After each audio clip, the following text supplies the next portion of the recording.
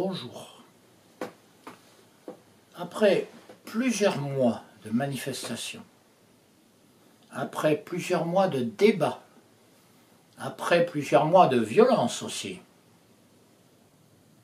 la question se pose à l'évidence: comment sortir de cette situation?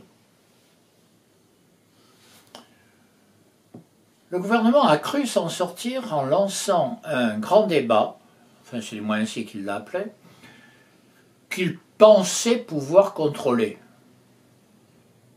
Le président lui-même s'est engagé dans des débats dans des mairies qui lui étaient plutôt favorables, et avec des citoyens du moins au départ triés sur le volet. Mais le mouvement s'est largement développé en dehors, et dans de nombreuses communes, à l'initiative de nombreux maires d'ailleurs, des cahiers de doléances réels, des revendications réelles sont apparus. Parallèlement, la demande, les revendications sont toujours là, et l'expression des gilets jaunes est ça aussi. Mais la violence qui s'est parallèlement développée est aussi l'expression du fait qu'on ne trouve pas la sortie pacifique et démocratique à cette crise profonde de la vie publique en France.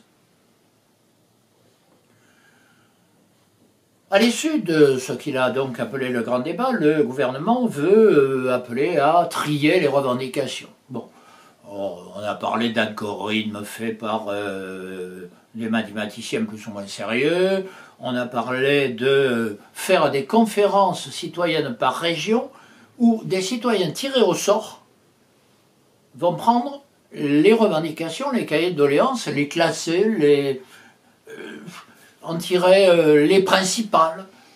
On se demande pourquoi diable les citoyens tirés au sort auraient un tel rôle. D'ailleurs, c'est tellement évident que ceux-ci, à 9 sur 10, paraît-il, se sont récusés, considérant que l'exercice était absurde.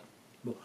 La vérité, c'est que pour sortir à la fois de la violence, d'un côté, et de la nécessité de reprendre en compte la volonté des citoyens, et donc la volonté du peuple, il faut que se reconstitue la vie publique totalement, que ceux qui portent les revendications soient l'émanation réelle des citoyens, et non pas tirés au sort, mais élus par eux, quitte à ce qu'ils puissent les révoquer, mais élus par eux sur la base de ce que sont les revendications, donc ils les portent, qu'ils soient légitimes.